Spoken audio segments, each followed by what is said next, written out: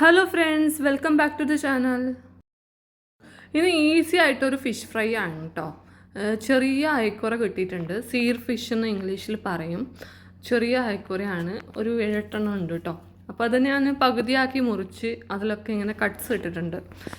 ഫിഷിലൊക്കെ cuts ഇടുന്ന എന്തിനാണെന്ന് വെച്ചാൽ അതിൽ ഈ മസാലയൊക്കെ നന്നായിട്ടൊന്ന് പിടിച്ച് വരാനാണ്. അപ്പോൾ ഏത് ഫിഷായാലും ഞാനത് ചെയ്യും.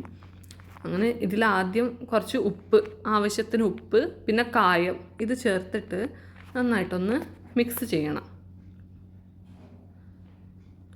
എന്തിനാണെന്ന് വെച്ചാൽ ഈ ഉപ്പ് ആദ്യം ചേർക്കുമ്പോൾ അതിൽ വെള്ളം എന്തായാലും ഇറങ്ങും. അതുകൊണ്ട് നമുക്ക് ഈ മാരിനേറ്റ് ചെയ്യുമ്പോൾ എക്സ്ട്രാ വെള്ളം ചേർക്കേണ്ട ആവശ്യം വരാറില്ല. അപ്പോൾ 2 മിനിറ്റ് കഴിഞ്ഞ് ഇനി 2 സ്പൂണ് മുളക് പൊടി, നമ്മുടെ എരിവുള്ള മുളക് പൊടിയാണ്. അത് കഴിഞ്ഞ് 2 സ്പൂണ് കശ്മീരി മുളക് പൊടി. ഞാൻ 2 മുളക് പൊടിയും ചേർക്കാറുണ്ട്. കശ്മീരി മുളക് പൊടി എന്ന് വെച്ചാൽ കളറിനും പിന്നെ ഒരു എന്താ പറയുക, ടെക്സ്ചർ നല്ലതുണ്ടാവും. പിന്നെ കുറച്ച് കുരുമുളക് പൊടി, പിന്നെ മഞ്ഞൾപ്പൊടി ഇത് ചേർക്കുക. പിന്നെ ജിഞ്ചർ ഗാർലിക് പേസ്റ്റ് ചേർക്കണം. ചതച്ച് ജിഞ്ചർ ഗാർലിക് ഉണ്ടെങ്കിൽ നല്ലതാണ്, ഇല്ലെങ്കിൽ പേസ്റ്റ് ചേർക്കാം. ഇതെല്ലാം കൂടിയിട്ടൊന്ന് മിക്സ് ചെയ്യുക. കുറച്ച് സോയ സോസും ചേർക്കാം കേട്ടോ. അത് ഞാൻ എപ്പോഴും ചേർക്കുന്നത് എന്തിനാണെന്ന് വെച്ചാൽ മീനിൻ്റെ ഒരു സ്മെല്ല് പോകാനാണ്. അപ്പോൾ എല്ലാവരും ചോദിക്കും, മീൻ കഴിക്കുമ്പോൾ പിന്നെ മീനിൻ്റെ സ്മെല്ല് വരില്ലെന്ന്. പക്ഷേ ചില ഫിഷിന് നല്ലൊരു സ്മെല്ലുണ്ടാവും. അപ്പോൾ കുറച്ച് അല്പം വെള്ളം എടുത്തിട്ട് ഇതൊന്ന് എല്ലായിടത്തും മാരിനേറ്റ് ചെയ്ത് കൊടുക്കുക. ഈ കട്ട്സിൻ്റെ ഉള്ളിലൊക്കെ നമ്മൾ നന്നായിട്ട് മാരിനേറ്റ് ചെയ്യണം, അല്ലെങ്കിൽ അതിനൊരു ടേസ്റ്റ് ഉണ്ടാവില്ല. പിന്നെ മാരിനേറ്റ് ചെയ്ത് മിനിമം ഒരു 2 മണിക്കൂറെങ്കിലും വെക്കണം, ഫ്രിഡ്ജിലോ പുറത്തോ എവിടെ ആയാലും. ഇപ്പോൾ സമ്മർ ആയതുകൊണ്ട് നമ്മൾ ഉള്ളിൽ വെക്കുന്നതാണ് നല്ലത്. ഉള്ളിൽ മീൻസ് ഫ്രിഡ്ജിൻ്റെ ഉള്ളിൽ വെക്കുന്നതാണ് നല്ലത്. സമ്മറിൽ ഒരു തവണ നമ്മൾ എടുത്ത ശേഷം പിന്നെ ഫ്രിഡ്ജിലെടുത്ത് വെക്കാം. പിന്നെ ഇതൊക്കെ ഒന്ന് അടുക്കി വെക്കണം. ഇനി ഒരു 2 മണിക്കൂർ ശേഷം ഒരു പാനിൽ കുറച്ച് എണ്ണ എടുത്തു. ഈ ഫിഷൊക്കെ ഫ്രൈ ചെയ്യുമ്പോൾ വെളിച്ചെണ്ണയാണ് നല്ല ടേസ്റ്റ് ഉള്ളത്. പക്ഷേ ഞാൻ ഇവിടെ എടുത്തിരിക്കുന്നത് റിഫൈൻഡ് ഓയിലാണ് കേട്ടോ. പിന്നെ കുറച്ച് കടുക് പൊട്ടിച്ച്, പിന്നെ അതിലേക്ക് കുറച്ച് കറിവേപ്പില.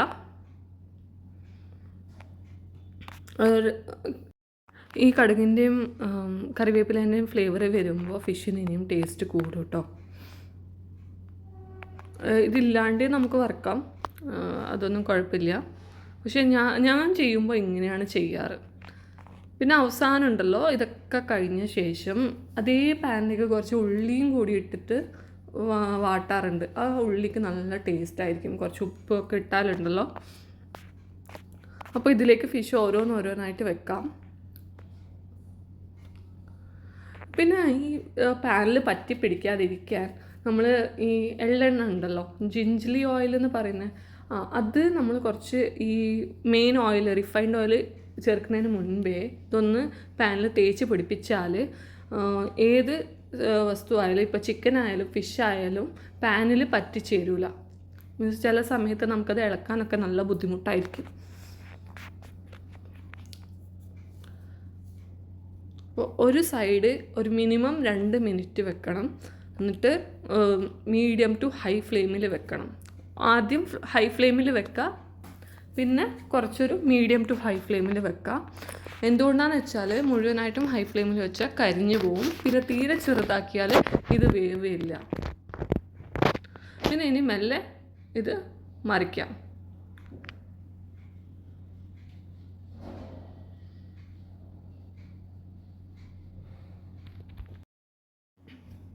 അപ്പോൾ ഞങ്ങൾ ഈ വലിയ വലിയ ഫിഷൊക്കെ കിട്ടിയാൽ അത് 2 കഷ്ണമാക്കും.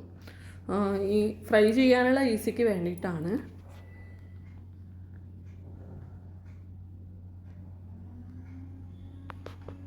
രണ്ട് സൈഡും മറിച്ച് കുക്ക് ചെയ്ത് കഴിഞ്ഞ ശേഷം പിന്നെ നമുക്ക് ഓരോ തവണ കൂടി തിരിച്ചും മറിച്ചും വെക്കണം. എന്നാലും അതിൻ്റെ ആയൊരു ടേസ്റ്റ് കിട്ടും. ഇപ്പോൾ ഈ നടുക്കഷ്ണമൊക്കെ നമുക്കൊന്ന് തിരിച്ചൊക്കെ വെക്കാം. മീൻസ് അതിൻ്റെ ഈ നടുവിലത്തെ ഭാഗമൊന്നും കുക്കാവണമെന്നില്ല. ഇതിപ്പോൾ റെഡി ആയിട്ടുണ്ട്. ഈ വീഡിയോ നിങ്ങൾക്ക് ഇഷ്ടമായെങ്കിൽ ലൈക്കും കമൻറ്റും സബ്സ്ക്രൈബും ചെയ്യുക.